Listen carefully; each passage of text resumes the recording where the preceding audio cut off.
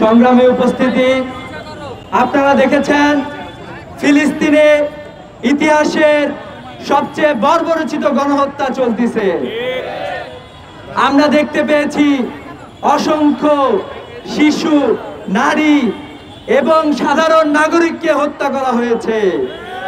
আমরা দেখতে পেয়েছি ফিলিস্তিনে যে সকল হিউম্যানিটেরিয়ান এইড পৌঁছানোর কথা ছিল সেগুলো পৌঁছাইতে দেয়া হয় নাই। পৃথিবীর বিভিন্ন মানবাধিকার সংগঠন, বিভিন্ন হিউম্যান এইড সংগঠন যারা বিভিন্ন রকমের সাহায্য পৌঁছানোর কথা ছিল সে সকল সাহায্য ফিলিস্তিনিতে পৌঁছাইতে দেয়া হয় নাই। আমরা দেখতে পেয়েছি এই সকল মানুষদের চিকিৎসা পাওয়ার যে অধিকার ছিল এই অধিকারকে খর্ব করা হয়েছে। এই সকল মানুষদের খাবার পাওয়ার যে অধিকার ছিল সে অধিকারকে খর্ব করা হয়েছে। এই সকল মানুষদের মানবাধিকারকে খর্ব করা হয়েছে।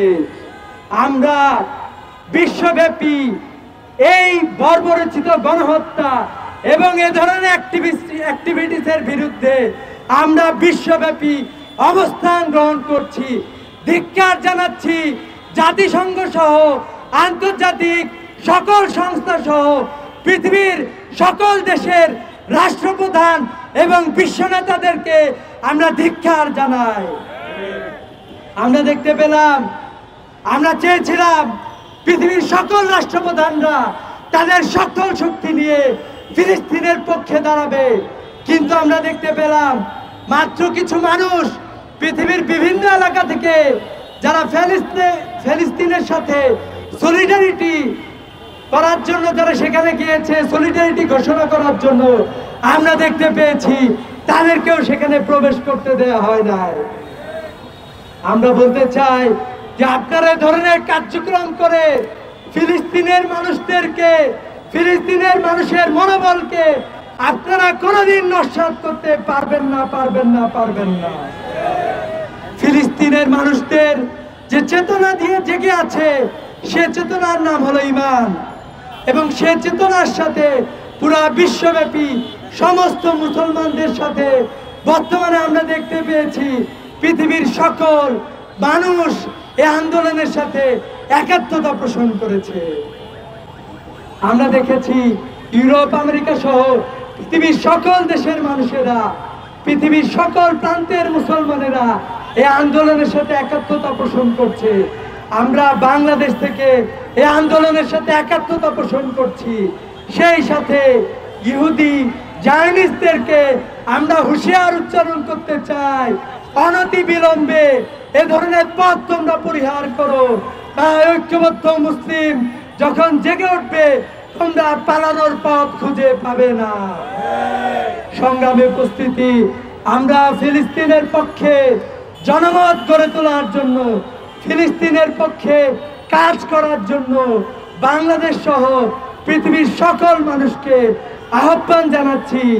পৃথিবীর প্রতিটা দেশে আমরা দেখতে পেয়েছি মুসলমানদের সাথে পৃথিবীর সকল মানবতাবাদীরা রাস্তায় নেমে এসেছে।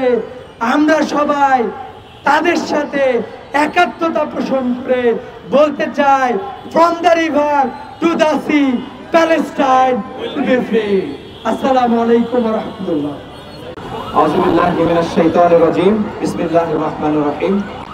ইন্নাল হামদালিল্লাহ ওয়া সলাতু ওয়া সালামু আলা রাসূলিল্লাহ, আম্মা বা'দ।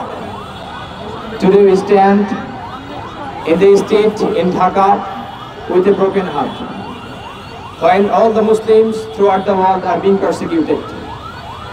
From this to protest, I just want to convey two messages. One is for the terror Netanyahu, and another is for the so-called world leaders. My first message is, Netanyahu, I would like to say, you must stop the bloody game. You have to find another business. If you quit all your people, all your money, all your resources, and all your nuclear weapon, it is not possible for any miscreant, it is not possible for any terror like you. You will never get the Gaza. You will never get the Palestine. You will never get the Al-Aqsa, inshallah. My second message, is for the so-called leaders of the world. The United Nations, the USA, they often demand that they are the guardian of the democracy.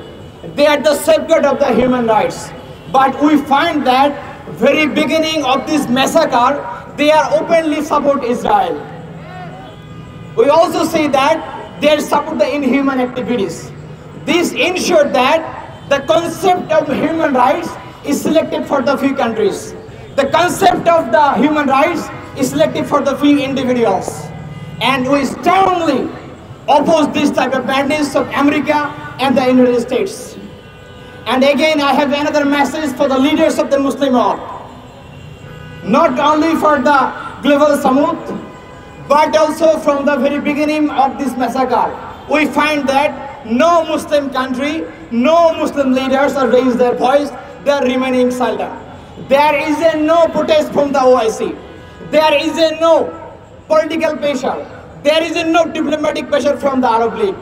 They act like that, they are dumb. They can't say anything. They act like that, they are blind. They can't hear anything. We can't tolerate the bloody bodies of the children of Palestine anymore. There is no shelter. There is no food. There is no medicine. And there is no humanity. I'd like to request the people of the world, please raise your voice against Israeli brutality. I would like to request the leaders of the world, if the Israel is not going to stop the killing mission, if they are not going to stop the massacre, I would like the leader, please cut up the political, economical and diplomatic relationships with Israel and stop purchasing their products.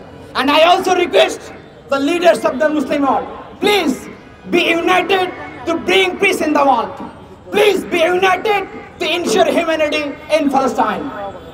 And Masjid al-Aqsa and Holy Land Palestine is the emotion of the Muslim Ummah. And without making free Palestine, we will never back to our home. We will never back to our country, inshallah.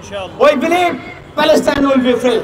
Thank you everyone for joining with us, for cooperation with us.